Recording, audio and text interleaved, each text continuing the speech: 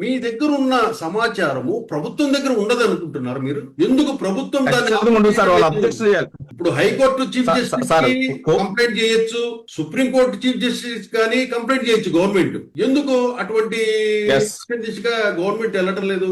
Sir ఇప్పుడు చట్టం మీద అవగాహన కలిగిన ఒక న్యాయవాదిగా నేను మీకు ఫ్యాక్ట్ చెప్తాను. మీ దృష్టి అంటే మీ ద్వారా ఈ సమాజానికి ఒక ఫ్యాక్ట్ చెప్తాను సార్. ఇప్పుడు కోర్టులో ఒక పిటిషన్ నేను వేసానంటే కోర్టు ఎంతవరకు చూస్తుంది?